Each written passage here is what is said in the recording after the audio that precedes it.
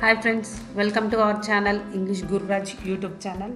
Friends, ఈరోజు దినపత్రికల్లో వచ్చినటువంటి GK and current అఫైర్స్కి సంబంధించినటువంటి డీటెయిల్స్ అండ్ స్టడీ ఎడ్యుకేషన్ ఉద్యోగాలకు సంబంధించిన నోటిఫికేషన్లు వీటి గురించి క్లియర్గా ఈ వీడియో ద్వారా మేము మీకు క్లియర్గా తెలియజేస్తున్నాం. ఈ వీడియో లాస్ట్ ఎండింగ్ వరకు చూస్తూ ఉండండి. మీకు రీసెంట్గా వచ్చినటువంటి కరెంట్ అఫైర్స్ కానీ ఉద్యోగాలకు సంబంధించిన నోటిఫికేషన్ కానీ అండ్ ఎగ్జామ్స్కి సంబంధించినటువంటి నోటిఫికేషన్స్ కానీ మీకు క్లియర్గా ఈ యూట్యూబ్ ఛానల్ ద్వారా మీకు తెలియజేయబడుతుంది. ఫ్రెండ్స్, లాస్ట్ వరకు కంపల్సరీగా చూడండి, ఎక్కడ స్కిప్ చేయవద్దు. ఇక్కడ ఈరోజైతే ఈనాడు పేపర్లో వచ్చిన మ్యాటర్ ఏంటంటే డిపిఓ అండ్ ఎంపీడీఓల పోస్టుల తాత్కాలిక భర్తీ అని చెప్పేసి ఇచ్చారు. ఇక్కడ అంటే కాంట్రాక్ట్ విధంగా తీసుకుంటున్నాడు, అంటే టెంపరవరీ తాత్కాలికంగా భర్తీ చేయాలని పంచాయతీ రాజ్ శాఖ వాళ్ళు నిర్ణయించారు. కాబట్టి ఇక్కడ డిపిఓ అండ్ ఎంపీడీఓల పోస్టుల తాత్కాలిక భర్తీ.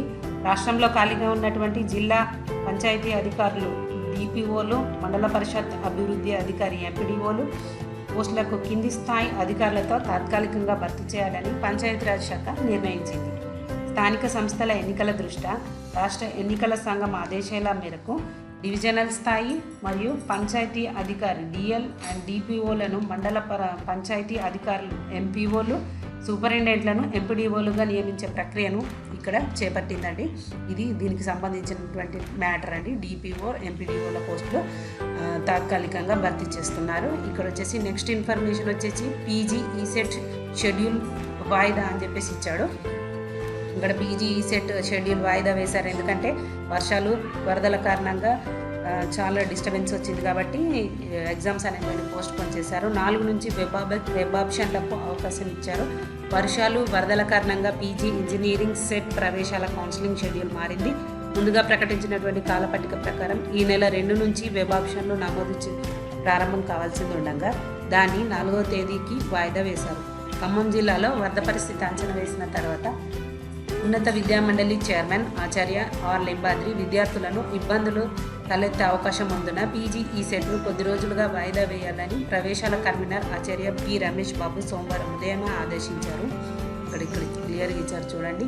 ఖమ్మం జిల్లా నుంచి పలువురు అభ్యర్థులు కూడా తమ ఇళ్లలో విద్యుత్ లేదని, ఇంటర్నెట్ లేదని, కేంద్రాలు పనిచేయడం లేదని, పీజీ ఈసెట్ వెబ్ ఆప్షన్లు ప్రక్రియకు కొద్ది రోజుల వాయిదా వేయాలని ఫోన్లు, ఎస్ఎంఎస్ల ద్వారా ప్రవేశాల కన్వీనర్ ఆచార్య రమేష్ బాబు మొరపెట్టుకున్నారు. ఈ నేపథ్యంలో విద్యార్థులకు ఇబ్బంది లేకుండా 2 రోజుల పాటు వెబ్ ఆప్షన్ల ప్రక్రియ అనేది వాయిదా వేశారు. ఇక్కడ చూడండి, క్లియర్గా ఇచ్చాడు.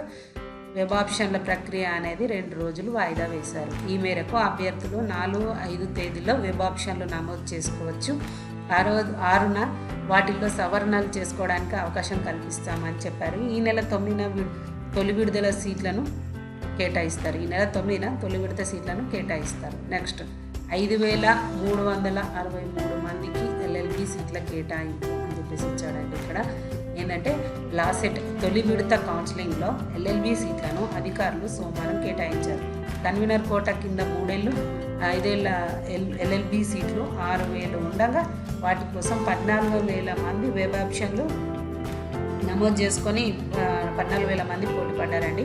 చివరికి 3,901 మందికి 3 ఏళ్ల ఎల్ఎల్బి అండ్ నెక్స్ట్ 1,462 మందికి 5 ఏళ్ల ఎల్ఎల్బి సీట్లు దక్కాయని లాసెట్ ప్రవేశాల కన్వీనర్ ఆచార్య పి రమేష్ బాబు తెలిపారు. సీట్లు పొందిన అభ్యర్థులు ఈ నెల 6వ తేదీలోపు ఫీజు చెల్లించి ఆయా కళాశాలలో ధృవపత్రాల పరిశీలనకు హాజరు కావాలని చెప్పేసి క్లియర్గా ఇక్కడ మెన్షన్ చేశాడండి. 5,363 మందికి ఎల్ఎల్బి సీట్ల కేటాయింపు అని చెప్పేసి ఇచ్చాడు. అండ్ నెక్స్ట్ నోటిఫికేషన్ వచ్చేసి 23,989 ఎంబీఏ సీట్లు అండ్ 4,583 ఎంసీఏ సీట్లు ఐసెట్ కౌన్సిలింగ్కు కన్వీనర్ కోటా సీట్ల కింద ఇచ్చేశారండి. ఇక్కడ చూడండి, కన్వీనర్ కోటా సీట్లు. ఇక్కడ చూడండి, రాష్ట్రంలో ఎంబీఏ ఎంసీఏ సీట్ల సంఖ్యపై స్పష్టత వచ్చింది.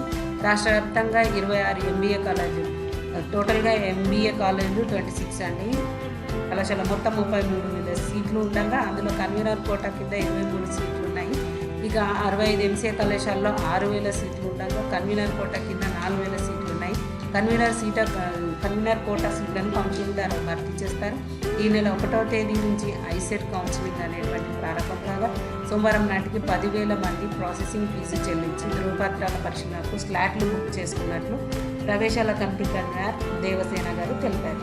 ఇది అండి 23,000 సీట్లు ఎంబీఏ, 4,000 సీట్లు ఎంబీఏ, ఐసెట్ కౌన్సిలింగ్కు కన్వీనర్ కోట్ల సీట్లను ఇచ్చాడండి.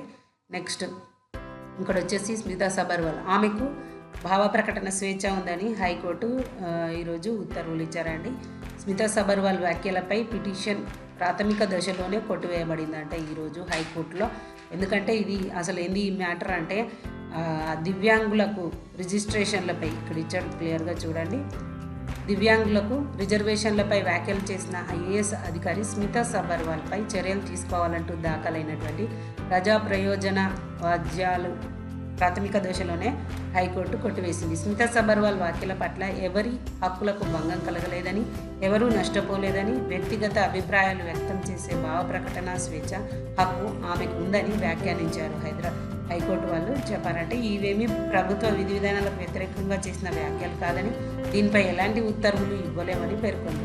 దివ్యాంగులకు రిజర్వేషన్ల కల్పనపై జూలై 21న ఎక్స్ వేదికగా ఐఏఎస్ అధికారి స్మితా సబర్వాల్పై తగిన చర్యలు తీసుకోవాలని యూపీఎస్సీ కేంద్ర ప్రభుత్వాలకు ఆదేశాలు జారీ చేయాలంటూ హైదరాబాద్కు చెందిన కొప్పుల వసుంధర అనే ఆవిడ ప్రజా ప్రయోజనాల వాద్యం దాఖలు చేశారంట. ఈ పిటిషన్ నంబరు కేటాయింపులో రిజిస్ట్రీ అభ్యంతరాలపై ప్రధాన న్యాయమూర్తి అయినటువంటి జస్టిస్ అల్లబ్ ఆరాదే అండ్ జస్టిస్ జె శ్రీనివాసరావులతో కూడినటువంటి ధర్మాసనం విచారణ చేపట్టింది. పిటిషనర్ తరపు న్యాయవాది వై స్వరూప్ సాయి వాదనను వినిపిస్తూ అఖిల భారత సర్వీసు ప్రవర్తనా నియమావళి ప్రకారం ప్రభుత్వ విధానాలకు వ్యతిరేకంగా అధికారులు ఎలాంటి వ్యాఖ్యలు చేయకూడదన్నారు. వాదనలు విన్నటువంటి ధర్మాసనం ఐఏఎస్ అధికారి చేసిన వ్యాఖ్యల వల్ల ఎవరికి ఎలాంటి నష్టం వాటిల్లేదని, దీనిపై విచారణ జరిపే అంశాలు ఏవీ లేవంటూ పిటిషన్ కొట్టివేస్తూ ఉత్తర్వులు జారీ చేశారు. సో ఫ్రెండ్స్, ఈరోజైతే ఇవి ముఖ్యాంశాలు. ఈ వీడియో లాస్ట్ ఎండింగ్ వరకు చూడండి.